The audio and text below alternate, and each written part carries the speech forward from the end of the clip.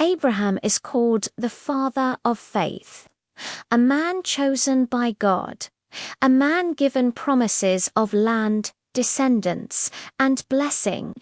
Yet even great faith does not remove human fear. In Genesis chapter 20, Abraham makes a familiar mistake, one that puts his wife in danger, dishonors God, and exposes a king's integrity. This is the story of fear over faith, truth over power, and a God who protects his promise even when his servant fails. After the destruction of Sodom and Gomorrah, Abraham journeys south. He settles in the land of Gerar, ruled by King Abimelech.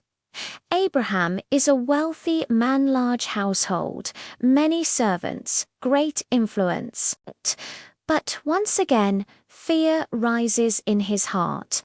Sarah is still beautiful, and Abraham remembers Egypt.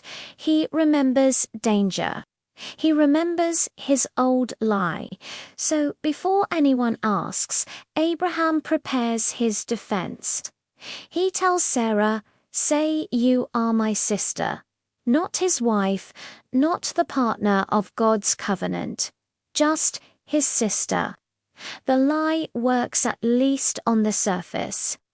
King Abimelech hears of Sarah and sends for her. She is taken into his household.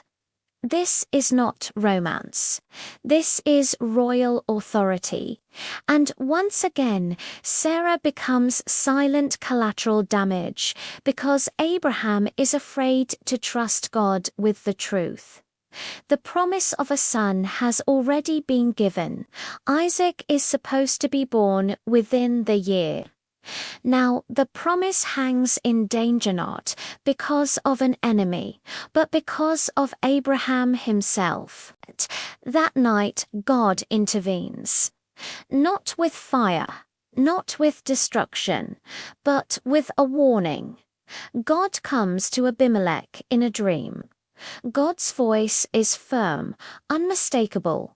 You are as good as dead. The woman you have taken is another man's wife. Abimelech is shocked. He replies, "Lord, I am innocent." Did he not say, "She is my sister"? Did she not say the same, "I acted with a clear conscience"? God answers, not denying Abimelech's integrity. "Yes, I know you acted innocently. That is why I kept you from sinning against me. Now return the man's wife. He is a prophet, and he will pray for you." This pagan king is restrained by God while God's chosen servant is exposed. At dawn, Abimelech calls Abraham. There is no rage only moral clarity. The king asks directly, "What have you done to us? How have I wronged you that you would bring such guilt upon my kingdom?" Abraham has no strong answer. He speaks not from faith, but from fear. "I thought, there is no fear of God in this place. I was afraid they would kill me for my wife." But the truth emerges. Sarah is his half-sister, but also fully his wife. A technical truth used to hide a moral lie. Fear made Abraham assume evil. Fear made him deceive. Fear nearly destroyed others. Abimelech returns Sarah untouched. He gives Abraham sheep, cattle, servants, and silver. He allows him to live freely in the land. Then comes the rebuke, quiet, devastating. Abimelech says to Sarah, "I am giving your brother 1,000 pieces of silver. It is a sign that you are completely vindicated."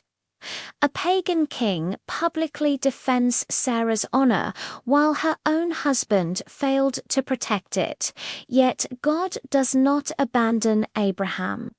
When Abraham prays, God heals Abimelech's household, which had been struck with infertility. The promise is preserved. Sarah will soon conceive, not because Abraham was brave, but because God was faithful. Genesis 20 is uncomfortable. It shows that faith does not erase weakness. Calling does not eliminate fear. Abraham lies not once, but again. And each time, innocent people are put at risk. Yet God protects his promise. God restrains sin. God honors truth even when his servant fails. This story asks hard questions. What lies do we justify out of fear? Who suffers when we protect ourselves instead of trusting God? And how often does God rescue our future despite our present failure? Abraham's story is not about perfect faith. It is about a faithful God. And sometimes the most dangerous thing is not our enemies, but the fear that makes us forget who God is.